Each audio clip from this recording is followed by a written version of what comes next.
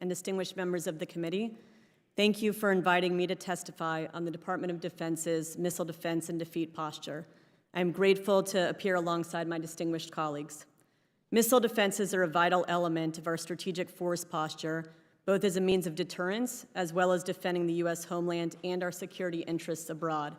As we see nearly every day in conflicts worldwide, offensive missile capabilities are becoming a central feature of modern warfare.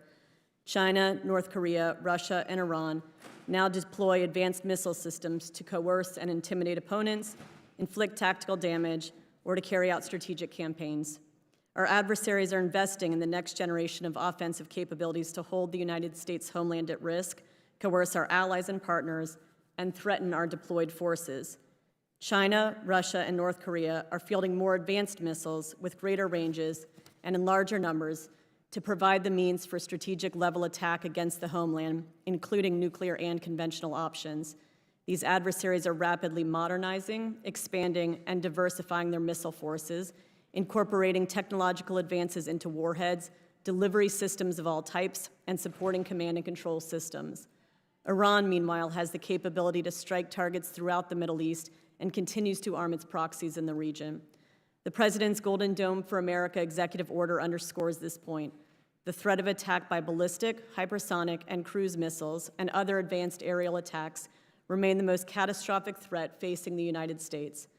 To counter these growing threats, we need next-generation missile defense and missile defeat architectures that can complement our existing nuclear and conventional offensive capabilities. The President has directed that the United States will develop and field a next-generation missile defense shield to provide for the common defense of our citizens and the nation, and deter, defend against, and defeat any foreign aerial attack on the homeland. We will also guarantee our secure second strike capability. Golden Dome is a top priority for the nation and will include the development of cutting-edge domain awareness systems, kinetic and non-kinetic missile defeat capabilities, and advanced command, control, and battle management systems to integrate and augment existing U.S. missile defense capabilities. The Department of Defense remains committed to making the necessary investments in our posture to deter our adversaries and, if deterrence fails, to prevail in conflict. The Office of the Undersecretary of Defense for Policy is working together across the department, including with my colleagues here today, to make good on these investments to defend our homeland and our forces. Thank you for the opportunity to testify, and I look forward to answering your questions. Thank you, General Gale. You're recognized. Good afternoon, Chairman Desjarlais, Ranking Member Moulton, and distinguished members of the subcommittee. Thank you for holding this important hearing. Both North American Aerospace Defense Command and the United States Northern Command have critical roles in defending North America from missile attack, and we appreciate the subcommittee's continued support of our efforts. I'd also like to recognize the tremendous work being done by Lieutenant General Collins, Lieutenant General Gainey, and ASD Yaffe. As the supported commands for Homeland Missile Defense, NORAD and NORTHCOM are fortunate to have such strong and committed partners in our shared, no-fail mission. Defending North America from missile threats is increasingly challenging as global competitors rapidly develop and field advanced missile capabilities and delivery platforms, aided by increasing cooperation and technology sharing between the competitors. To counter such adversary cooperation, NORAD and NORTHCOM rely on realistic planning, targeted investments, timely deliveries, and forward-looking policies that ensure the command's ability to detect, track, and defeat potential threats in all domains. Establishing a layered domain awareness network to detect and track threats approaching North America from seabed to space remains our top priority, because you can't defeat what you can't see. That network is central to the current and future NORAD and NORTHCOM requirements, which certainly include Golden Dome for America construct. Along with improved domain awareness, we must also improve our capability and capacity to defeat missile threats. On-time delivery of the next-generation interceptor is necessary to counter North Korea's growing ICBM fleet. And innovation and investment in advanced defeat mechanisms, which could include directed energy, left of launch, and boost phase intercept, are needed to defeat cruise missiles, hypersonics, and other advanced threats. There are significant challenges ahead of us, but NORAD and NORTHCOM's capability and resolve to deter aggression and defeat threats to our nation remains unshakable. Thank you again to the subcommittee and my fellow witnesses for your continued support. I look forward to your questions. We have the watch. Thank you, sir. General Collins. Thank you. Good afternoon, Chairman Desjardins, Ranking Member Moulton, distinguished members of the subcommittee. Thank you for this opportunity to talk about missile defense. And thank you for your continued support of missile defense and the broader missile defense enterprise. The Missile Defense Agency is moving quickly to provide effective defenses against a dangerous missile threat to defend the U.S. homeland, our deployed forces, and our allies and friends. The agency is transforming itself, its enterprise, and its industry base in order to develop and deliver capabilities to the warfighter at speed and scale.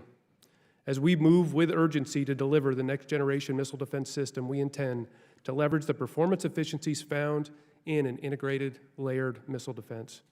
We also will continue to exploit the space domain to support a missile defense posture that is more effective, resilient, and adaptable to known and anticipated threats. MDA is laser focused on improving our U.S. homeland defenses.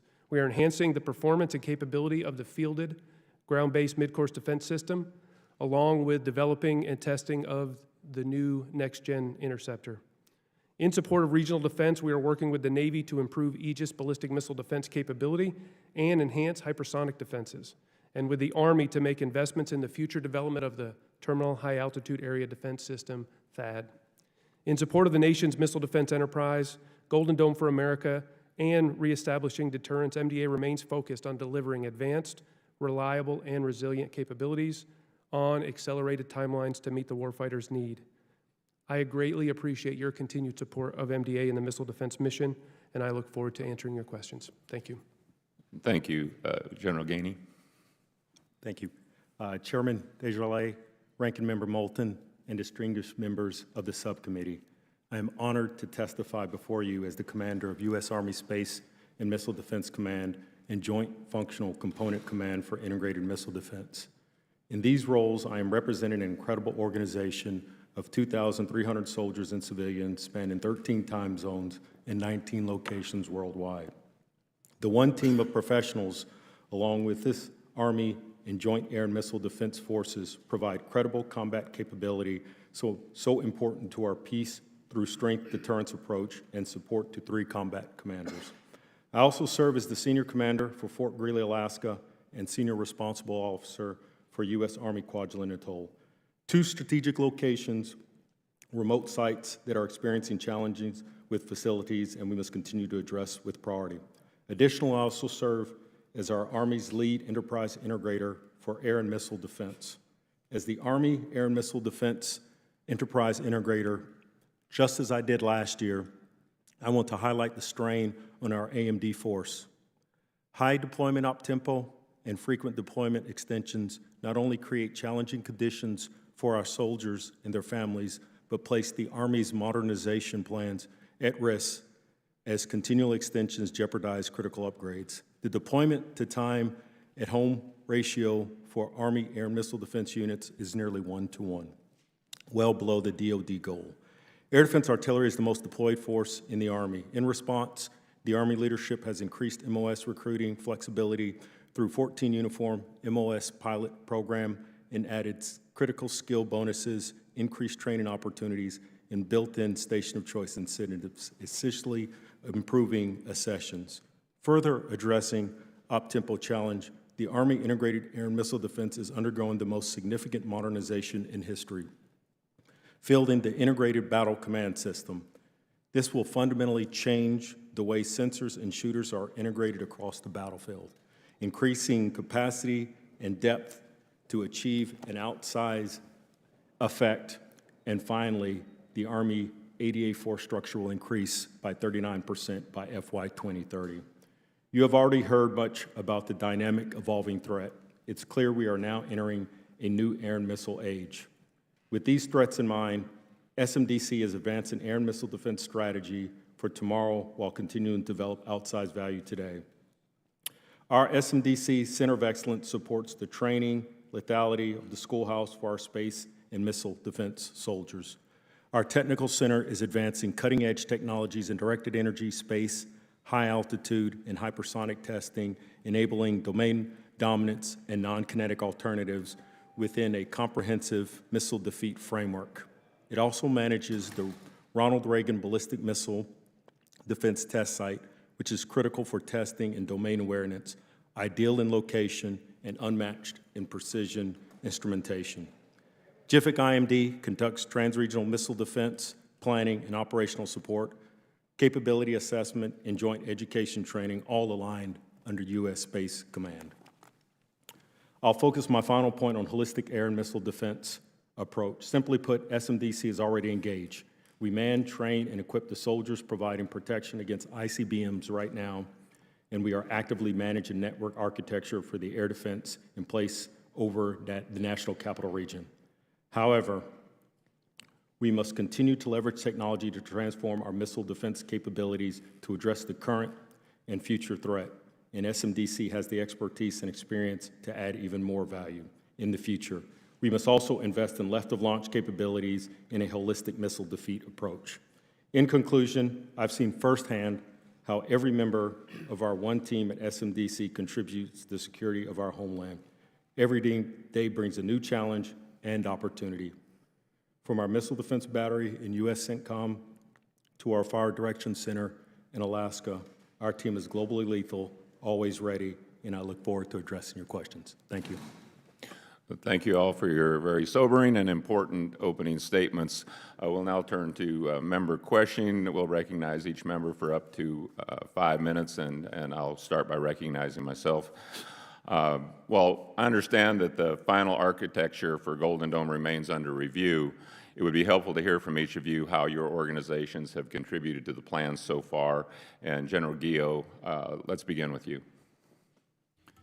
Chairman, thank you. As you mentioned, we still don't know the final configuration, but NORAD and NORTHCOM, as separate commands, provided input to both OSD and Joint Staff in terms as the supported command, what capabilities we would need from a Golden Dome approach.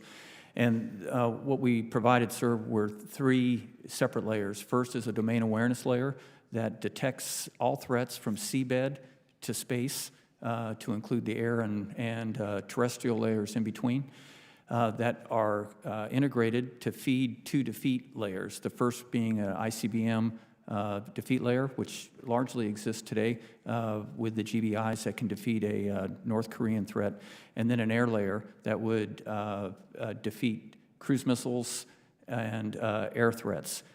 The challenge, I think, is the hypersonics, which at different parts of their flight profile could be in the ICBM phase or the air phase. And so making sure that the detect and track capability was flexible enough to handle hypersonics, and then, of course, the defeat mechanisms as well.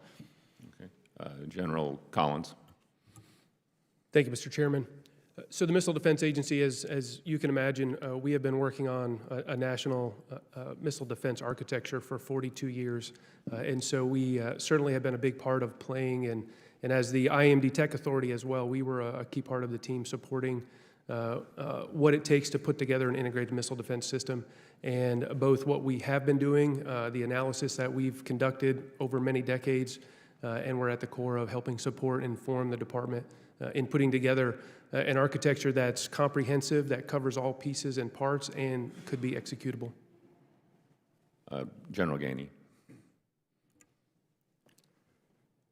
The Army I, as the Commander of Space and Missile Defense Command, has not personally been involved with the architecture build.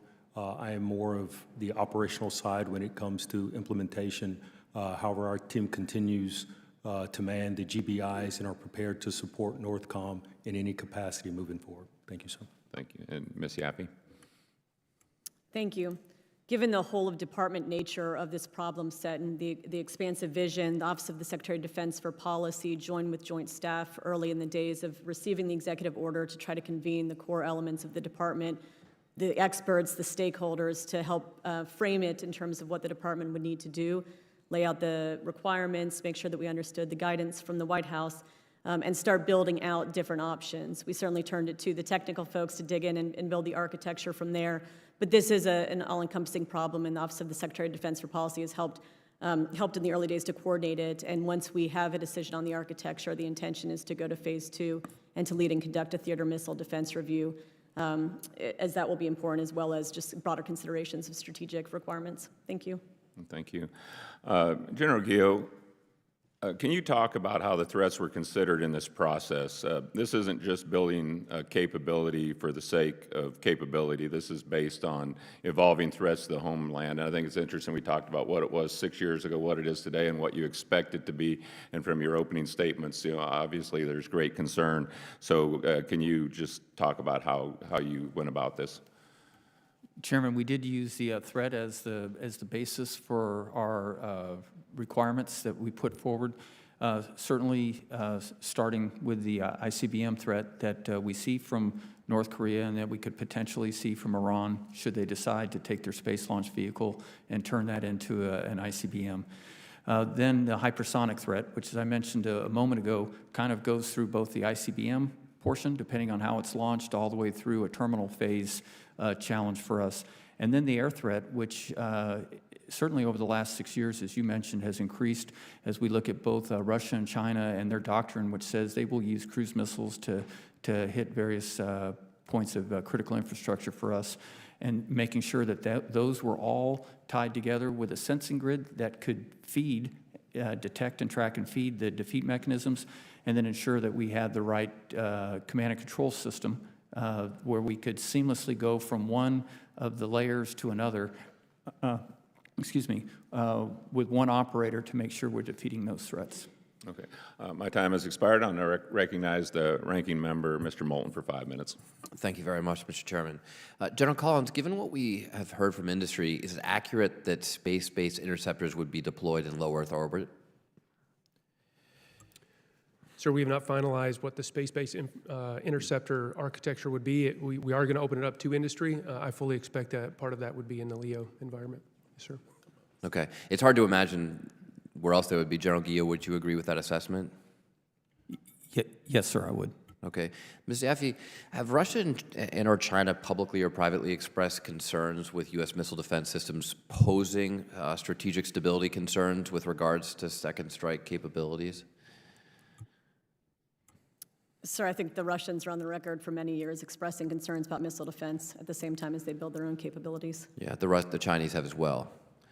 So given General Collins' response regarding a space-based intercept architecture being placed in LEO, as General Guillot affirmed, would it be susceptible to effects of a nuclear detonation in that orbit? Sir, were there to be a nuclear detonation in LEO, then perhaps it would be. Obviously, all the folks involved in the architecture discussions are tracking the threats. Yeah, so carefully. with what we know about Russia's efforts to develop and deploy a nuclear weapon in space and their fear of U.S. missile defenses, has there been an assessment done on the likelihood or increased chance that Russia would employ such a weapon in conflict early on to take out our space-based intercept layer? Sir, it sounds like an intelligence assessment, and I would defer that to the intelligence community. No. It's an operational question. You're going to spend billions of dollars of taxpayer money building things that could inspire the Russians to say, oh, we need to take them out before they get used. You better figure that out if you're going to spend a lot of taxpayer money on this. Sir, I understand the question. I think we have seen that Russia is pursuing these capabilities in any case, given the threats that they see broadly. However, they also continue to counter these threats with their own missiles. Which Well, I'll tell you what, you better figure out if you're going to build this whole thing at the cost of tens of billions of dollars of taxpayer money, and then the Russians just plan to take it out with their space-based nuke. That's not going to work too well for anybody, because of course it's going to take out all the rest of our satellites as well. Ms. Yaffe, you also used a word today that I've not heard before when describing Golden Dome, aerial. Is it indeed the President's vision to only defend against aerial threats like the Iron Dome system where he got this idea? So in other words, all China needs to do is develop the kinds of sea-based delivery systems Russia started developing after we pulled out of the ABM treaty just to get around Golden Dome? No, sir. The executive order calls for the defense of the United States against ballistic, hypersonic, advanced cruise missiles, and other next-generation aerial attacks. The earlier part of the Aerial attacks. Correct. Other next. So not sea-based. I mean, a sea-based ballistic missile would be part of this. As we all know, there's other ways you can run a boat up into Los Angeles Harbor, right? It's clear that Golden Dome is not designed to defend against that. Is that your understanding as well, General Guillot? Since aerial is in the executive order? Yes, it is. Okay. seems like another big hole we should investigate before we spend a lot of money on this. General Gio, given your responsibilities as the commander of Northern Command, do you believe that the strategic landscape has significantly changed in the past 6 years, such that the second Trump administration would dramatically change its strategic defense policy from the first Trump administration? Congressman, I do think that the landscape has changed significantly with the number of countries that are either possessing or pursuing ICBMs, the hypersonics. Are you talking about China? Because we knew 6 years ago that China was doing this. No, I'm talking about Iran's pursuit and Pakistan's pursuit. Okay, well, Iran and Pakistan have been pursuing those things for a long time. Well, yes, sir, but they're certainly more advanced now than they were 6 years ago. Well, apparently we're going to get rid of Iran's nuclear capabilities with a deal, so I guess they're going to be off the table. Of course, we've had ways of dealing with Pakistan for a while. General Gainey, what's our pacing threat right now according to the National Defense Strategy? The North Korean threat. Actually, it's the Chinese threat.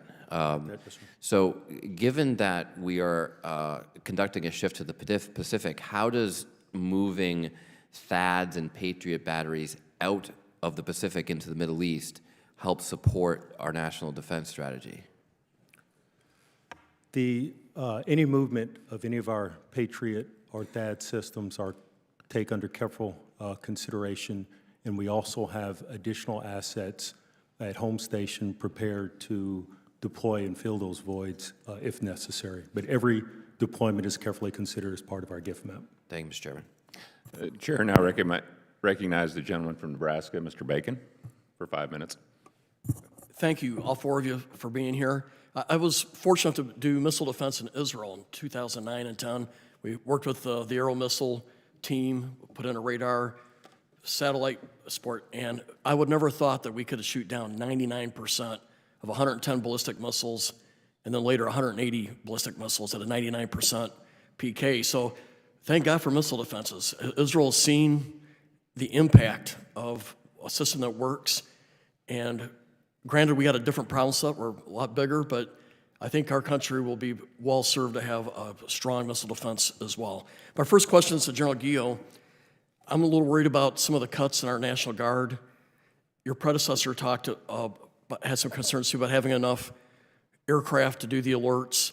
How does the air portion of this mission fit in with Golden Dome? I mean, is it, you would think it'd be more radars and interceptors, but I think aircraft play a role too. Congressman, I think you're exactly right. As we envision the entire network, it would include space-based AMTI, Airborne Moving Target Indicator, which would detect and track aircraft and cruise missiles, a land-based capabilities such as over-the-horizon radar, and certainly fighter aircraft with capable interceptors, missiles to defeat cruise missiles, which, in addition to the ranking member's question and I answered on ICBMs, I think cruise missiles is probably the biggest advancement that we've seen over the past 6 years, and that needs to be a part of this integrated system.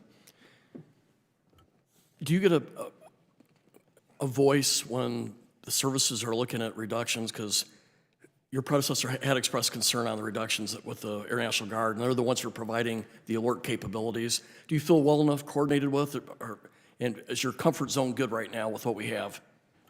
Yes, sir, to both. I do get a voice, and I am very comfortable with the Air National Guard's presentation for our alert force. Okay, thank you.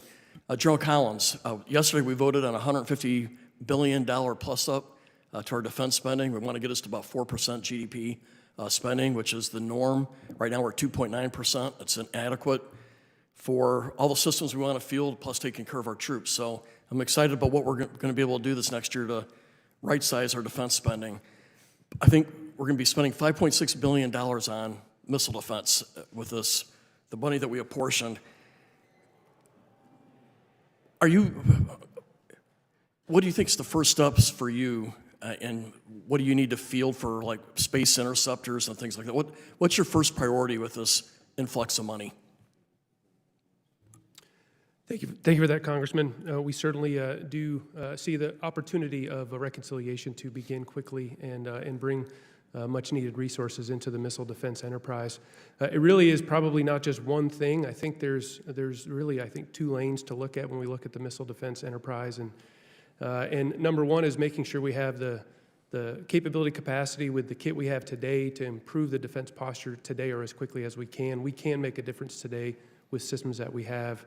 And then the second piece would be really looking at the disruptive technology piece and pushing on that development piece and getting into an agile prototyping construct as quickly as possible, whether that be directed energy, non-kinetics, or space-based interceptors. And I think we'd look to do a very heavy cyclical prototyping phase to get after that and mature that capability as quickly as possible.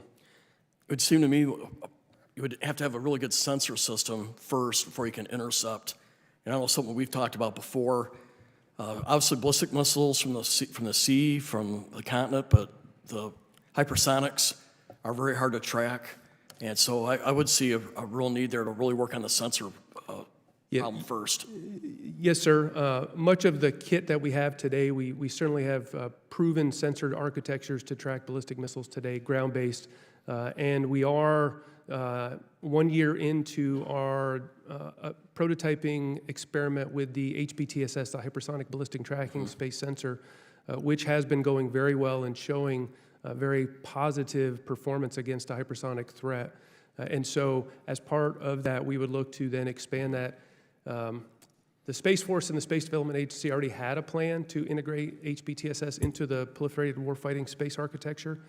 We would look with additional resources to accelerate that as much as possible to bring that capability to bear. Thank you so much. And even if we have a differing of opinions on the actual missile defense, it seems like the sensor stuff is something we could all agree to and we need. With that, I yield. The gentleman yields back. The chair now recognizes the gentleman from California, Mr. Whitesides.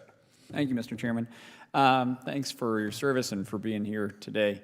General Gainey, I was struck by your comments about the challenges on the deployed folks. And I recently got back from the Middle East from a trip. We went to Iraq and various Gulf nations and met with troops who are working on some of these missile defense things over there. They're doing heroic work. What could Congress do to help this challenge for these deployed folks? You referred to one program in your testimony, but I just want to give you the chance to elaborate a little bit further on this issue. Yes, sir. Thanks for asking that question. The Air Missile Defense Force is a very resilient force, and we've asked a lot of our force, and they continue to respond, as you saw in the Middle East. Where Congress can support is continue to support the funding of our air missile defense modernization.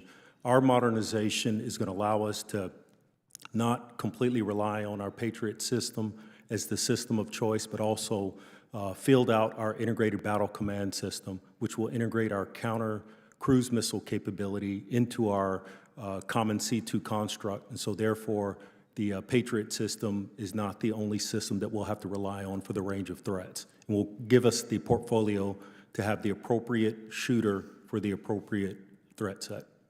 Okay, thanks. So actually building on that, you know, one of the things that we heard throughout the Middle East was that everybody is just super eager to get more of our missile defense equipment, you know, and they're frustrated, honestly, by how long it takes for our American industrial base to produce that stuff. This is a question for maybe General Collins, or I don't know, General Guillot, you may have comments as well. What's going on? How could we improve that? You know, we're talking about folks taking 10 years to get systems that they've, you know, ordered, or, 5 to 10 years. What's the underlying challenges? How could Congress help? What does American industry need to do better in that production side? Thank you, Congressman, for that question. It is certainly a challenge that we continue to face with especially new developments, developments of capability that starts from scratch that does not exist. And some of those do take a considerable amount of time. There are certainly activities to focus on more mature technologies as you start the program, to focus on more open systems and modular systems so that the first solution may not be the perfect solution. It's capability to bring to bear and then evolve it and grow it over time. what I'd call more of an agile approach to bringing capability to bear. I think that's really important. I think some of the delays in like the interceptor production lines and the munitions production lines, one, I think there's improvements we could make to stabilize the funding and the demand signal on the munition line. I bought munitions for the Air Force. I buy munitions now. And the yank up and yank back, invest to expand lines, then don't fund production on those lines. I think a stabilization of that could actually help us to increase the cadence and the availability of the needed weapons that we require going forward. I think that's probably a very key item where we could look at, and potentially even how we procure munitions. We procure munitions with a lot of the same rule sets that we do as from larger weapon systems. There may be a more agile way to get after how we produce buy the parts and set up the production lines to support more agile weapons development and delivery. Thanks so much. Ms. Yaffe, last question. I got about a minute here. I'm the new guy here, so what I don't really get is, we were doing missile defense before, and now we have this Golden Dome thing. What were we not working on before that we now are working on? Or is Golden Dome sort of like a rebranding of what we had before under a new executive order? Like, is there some requirement that we didn't do before that we now have? And we have about 45 seconds. Sir, thank you for the question. The basic answer is that until now, missile defense has been focused on rogue state ICBM threats, so truly North Korea. The direction in the Golden Dome executive order is to focus on the whole range of missile threats, the ballistic, hypersonic, cruise missile, advanced aerial threats from all nations, and that's the significant shift in both policy and direction. So we were doing that before, but you're talking about like maybe numbers, like we're now going to be able to intercept hundreds or thousands of things that are heading towards us or something? Sir, I can't comment on what the architecture will be and what it will be, the kinds of numbers it will be set up against, but ultimately the Homeland Missile Defense was focused on leveraging the GBI interceptors for the North Korea threat, which was, of course, much smaller in number. Thanks. Yield back. Gentleman yields back. The chair now recognizes the gentleman from Indiana, Mr. Messmer, for 5 minutes. Thank you, Chairman. General Collins, thank you for our conversation earlier today. Your predecessor testified that the glide phase interceptor program schedule, which is anticipated in 2032 roughly, in his words, didn't meet the threat. Is MDA developing options to accelerate the program? Congressman, thank you, and thank you for your time this morning.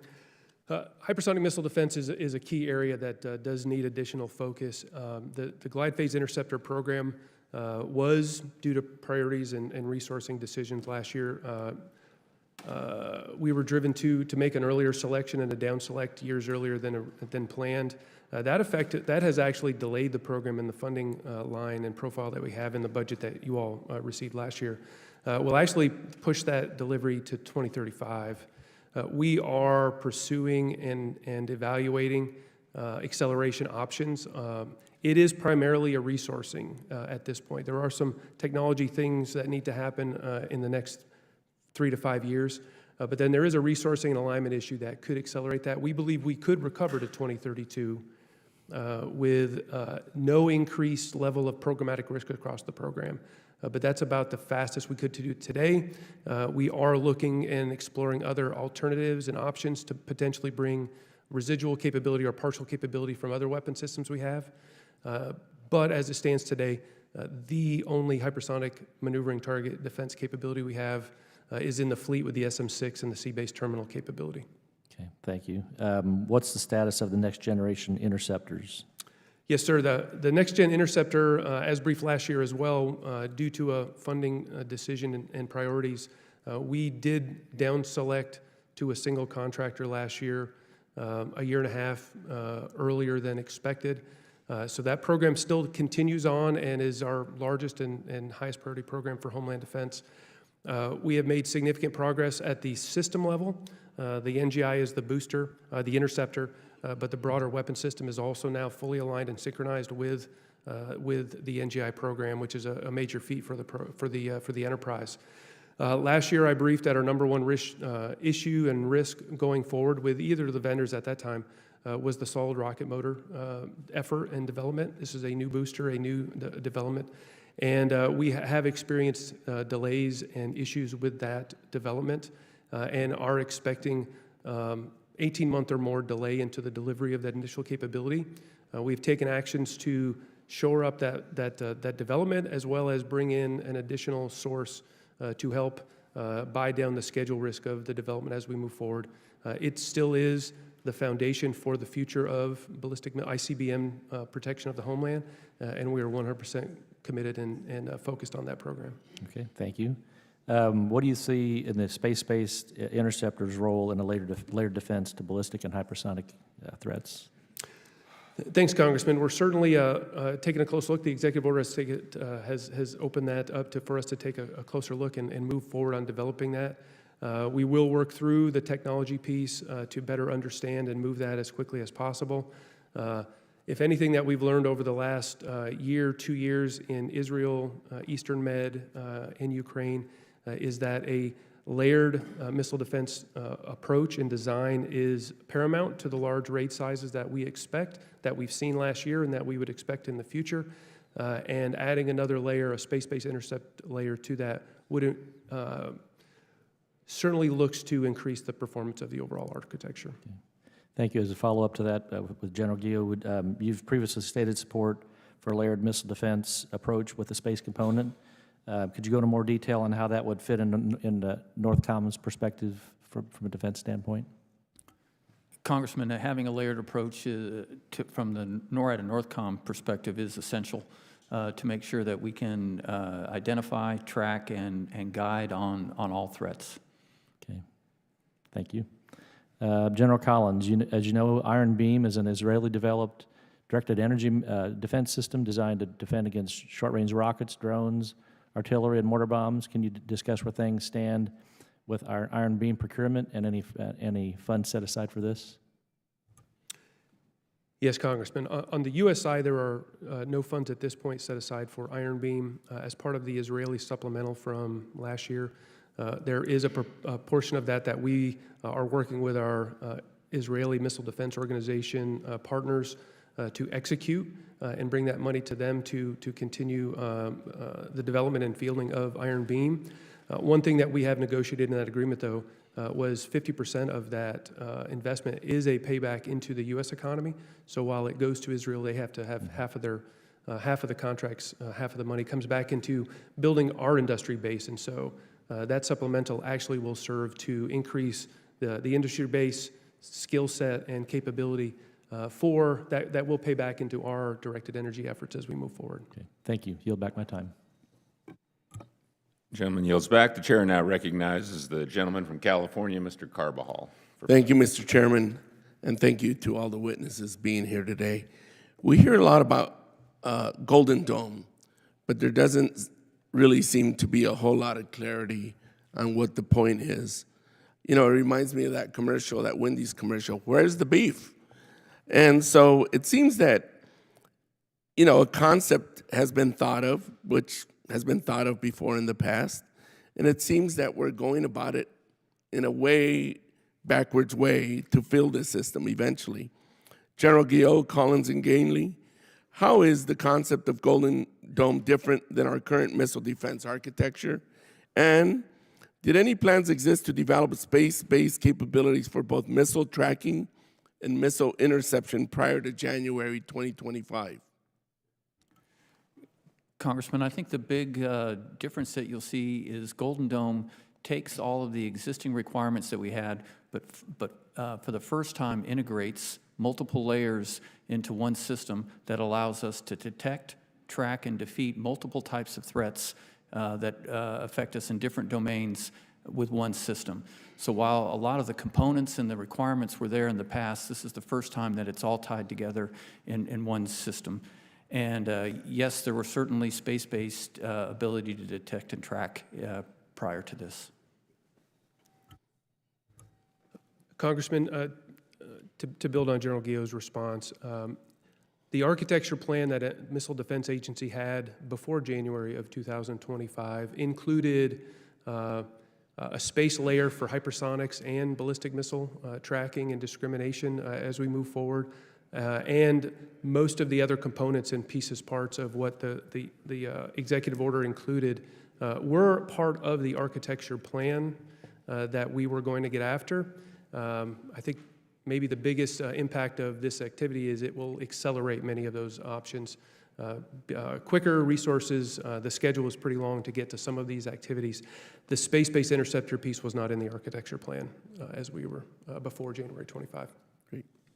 And Congressman, the only point I will add that wasn't covered by General Gio and General Collins is the executive order also called out left of launch missile defeat. I think that's an important aspect of missile defense that has been neglected to date, and focusing capabilities and efforts towards the attriting of a missile force prior to launch is an important aspect of the holistic missile defeat program. Thank you. Thank you. General Collins, can you give us an update on the hypersonic and ballistic space sensor HBTSSS program and what we have learned from the prototype demonstrations? What is the current plan to develop an operational constellation beyond the prototype stage? And how do adversaries' growing counter-space capabilities influence MDA's view of the appropriate mix of space-based and ground-based sensors in missile defense? Thank you, Congressman. So first off, HBTSS, it was launched in February last year on Valentine's Day. We quickly had our first hypersonic testbed test in June, and then we had one later in the year. And both of those were very successful. The three main objectives of the HBTSS prototyping were to show that we could have the appropriate sensitivity in orbit to see a hypersonic vehicle throughout its entire flight, to be able to have the quality of service, the accuracy of a track, to be able to close the fire control loop, and for that data to come down and enter the command and control system fast enough, so latency. And we have had 2 hypersonic testbed flights, as well coincident with another flight test that we did just a month and a half ago, taking a look at SM-6. We also had HBTSS in view, and it tracked that new hypersonic target that was used in that test very well. And so we have proved out the capability to get after the accuracy, get after the latency. We are tweaking the algorithms to improve our quality of service, but we see it as a very successful demonstration of that capability. We have been partnered with the Space Development Agency all along. They have been tracking and part of our HBTSS development, and they have our requirements and plan to integrate that capability, that level of requirement and tech into the proliferated warfighter space architecture and build that up over the coming tranches to give us eventually a global capability to track hypersonic weapons. Your last question, sir, was? I'm out of time. If you could Gentleman's answer time that has for the expired. record, that would be great afterwards. Will do, Congressman. Thank you. Thank you. The chair now recognizes the distinguished gentleman from South Carolina, Mr. Wilson. And thank you very much, Dr. Chairman Desjardins. And we appreciate all of your service, and it's what an important time in history, what a great opportunity I believe we have in history to protect the American people. And we thank you all for being here today. And sadly to me, we're in a conflict we didn't choose, and that is dictators with rule of gun invading democracies with rule of law. It began February 24, 2023, the invasion by war criminal Putin of Ukraine, October 7, the invasion I consider of Israel by Iran, its puppets, and so we've just got to be prepared. And we know that earlier this month that Russia launched over 70 missiles to the capital of Kyiv against civilian targets that had catastrophic effect on 35 people killed on a bus over and over again, just war crimes that should never occur. And then Tehran has directly fired missiles itself, directly from Iran and with its puppets against civilian targets in Israel. And then we have the Chinese Communist Party continuing to expand their arsenal of medium and intermediate range ballistic missiles, posing a significant threat to the United States and our allies across the Pacific. And it's my view that we must be prepared to strengthen our capabilities to deter the adversaries so that we can establish peace through strength. And General Gainey, as we modernize to deter and defend ourselves against the adversaries, with increasingly deadly capabilities, we are moving towards setting up a revolutionary new missile defense system, the Golden Dome, which has been so advocated and appreciated by President Donald Trump. With that in mind, General Gainey, as the service representative on the panel with the, quote, organize, train, and equip responsibilities, are you providing input on the personnel and training requirements that would be associated with the options under the consideration for Golden Dome? Congressman, thank you for that question.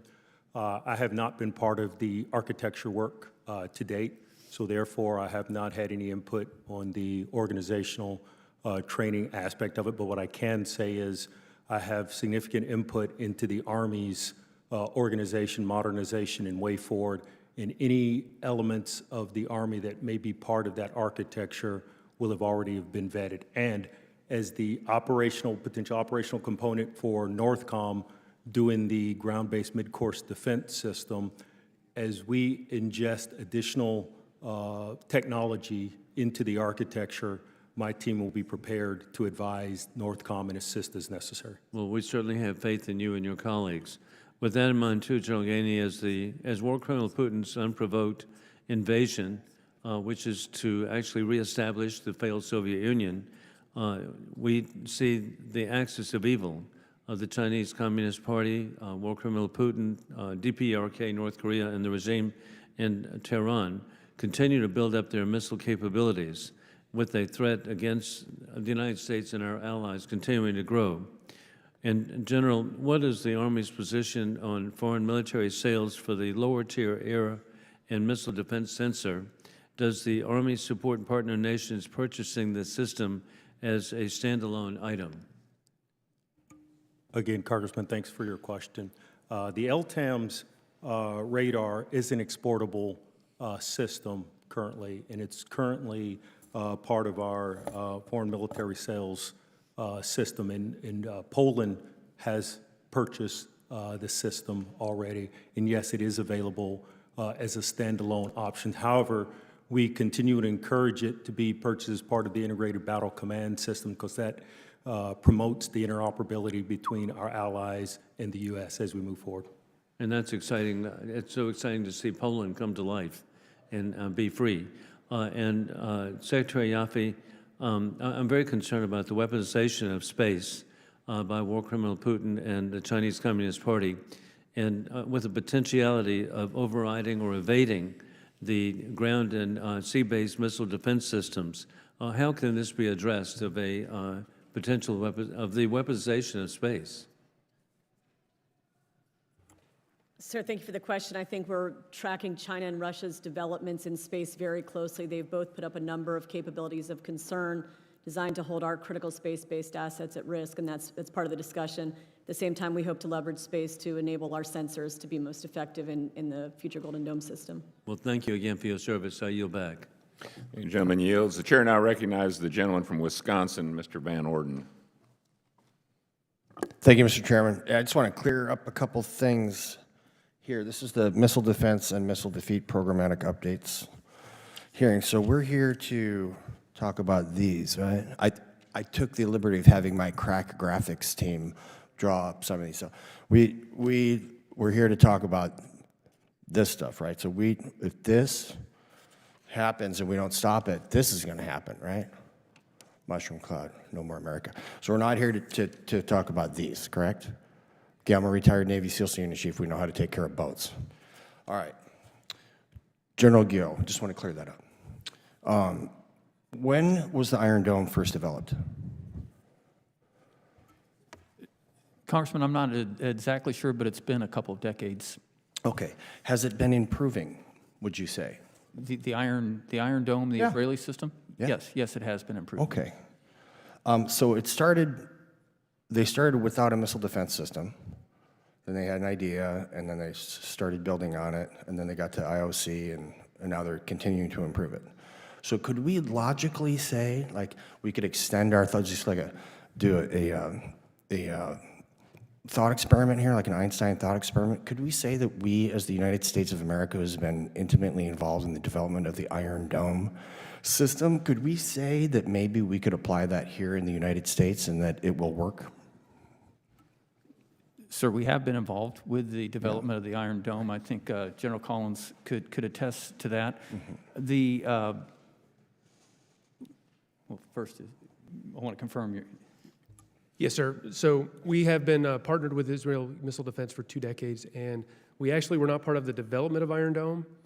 We helped co-produce that, but we have their upper tiers, David Sling and Arrow. Yep. We have co-developed with them, and so we've helped partner design their architecture and are intimately integrated. Our system and their system are integrated together to work. Yes, sir. Okay, so we could say that there's a functioning, a pretty darn, General Bacon pointed out, 99% of these things. That's functioning in Israel right now. We have a larger industrial base than Israel. We have a greater GDP than Israel, and we have a larger population than Israel. So can we say that if we applied the same type of thought process to the development of Iron Dome, and we put it here in the United States and we called it like Golden Dome or something, could we reasonably assume that that will function at some point in the future to protect the United States of America against these threats? yes, sir. Okay. Well, I'm glad we cleared that up. Now, listen, I am not of the mind that we should be shaping our defense policy on whether or not it's going to provoke Russia. I think that is a straw man argument, and I think that it is a politically derived argument that potentially puts the United States of America in jeopardy.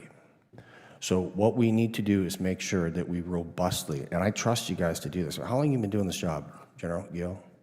I've been the commander since, No, I mean like the Air Force. 36 years, sir. 36 years. General Collins, how long have you been doing this?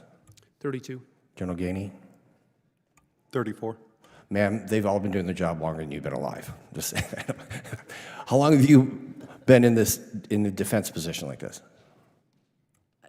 In this position for a few months. I've been in OSD for 15 years. Okay, so we got, what, 100 and some years of whatever experience of like dealing with defense policy and anti-missile machinery, equipment, policy, deployment, right? Okay, that means that you guys are a table full of subject matter experts.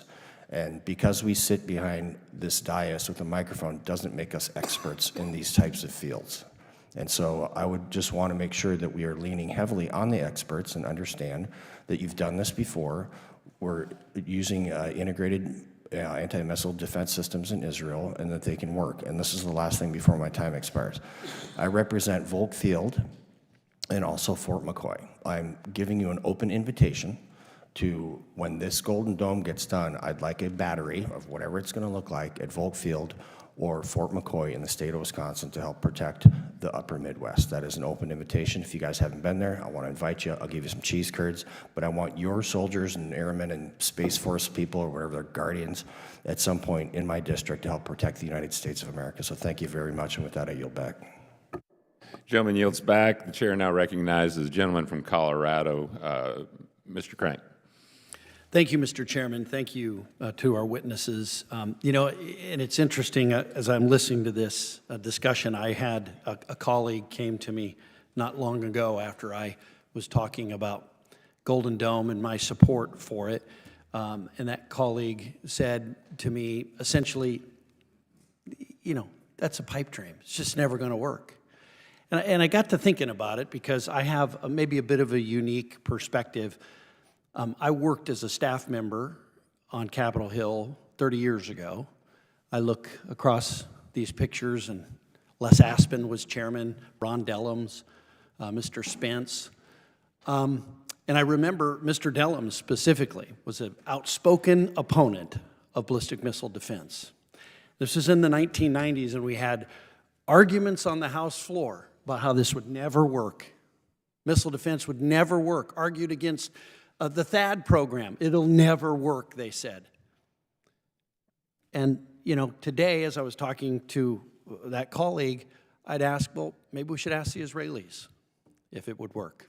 I mean, and I guess I would ask you this. We have these arguments about whether if this is a technical problem or whether this is a problem of political will. And America does great things, but every great thing we've ever done has been difficult. There were people at the time who said we couldn't land a man on the moon, and we did it, but there were naysayers back then who said we can't do this.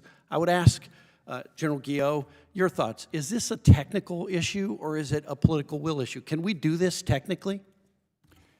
Yes, Congressman. There are certainly technical challenges with the integration of all these capabilities into one, but it's certainly possible. Yeah, General Collins, your thoughts? Sir, we've demonstrated over the last 2 years that these systems can work, the ground-based systems that we have today. We have some understanding to do, to General Guillot's point, the technical integration to bring a space-based interceptor to work, the understanding of what a life cycle cost of maintaining a constellation and what that brings to the fight. All those things need to be worked through as we move forward. But we certainly believe in layered missile defense, and we've shown throughout the last 2 years that those systems work and bring capability, and they save lives. Yeah, General Gainey. Thank you, Congressman. Yeah, I agree. And in a previous job where I worked counter unmanned aerial system technology, pushing the envelope on technology, whether it's directed energy, non-kinetics, it's amazing what industry can come up with. Yes, there's challenging, but there's always opportunities. Yeah, it seems to me that there's some people on Capitol Hill who are just so invested in mutually assured destruction that we can't shift our paradigm a little bit. And we better hope, if that's what we're going to rely on, is mutually assured destruction, is that our adversaries don't figure out a way to have ballistic missile defense, that they don't figure out a Golden Dome, because then mutually assured destruction will be a thing of the past and we'll be left in the dust on that. So I think that's very important. With the remaining time I have, General Collins, MDA has been a strong advocate for the importance of space-based sensors that collect fire control quality data. Can you talk about why that level of fidelity is so important to missile defense operations? Yes, thanks for that, Congressman. Certainly, we do see a future. As I mentioned, our architecture did include a number of different sensing capabilities in space, one being the HPTSS to look down and pick up the maneuvering targets and hold them under custody through the entire time of flight. Closing the fire control loop is what we call it, fire control, the kill chain for missile defense. To get our interceptor to work, we need to get it into the right location and looking in the right space to find the missile when it comes time to intercept. And without the appropriate level of sensitivity, track quality, and timeliness, we do not get that information to the interceptor in time, and therefore we cannot consummate the intercept and we will miss. And so that's going to be very important, whether that's a hypersonic interceptor, whether that is a ballistic missile that we intercept in boost phase, mid-course phase, or terminal phase. We need to get that cue really tied in and to the interceptor, to the command and control system and into the interceptor as quickly as possible to be able to close that chain and actually do the intercept. Yeah, thank you, General. I appreciate that. I would just say, Mr. Chairman, I mean, these are hard discussions, but we sit in this committee room and we hear about the threat from China day in and day out. We hear about the threat from Russia day in and day out. And then we sit up here from this dais or out on the House floor and we make excuses about why we can't fund these things. I'd yield back. Thank you. Thank the gentleman, and I would like to thank all of our witnesses on behalf of Ranking Member Moulton and all the committee members for your thoughtful testimony. That'll conclude the open portion of this hearing. We will now move into the closed session upstairs.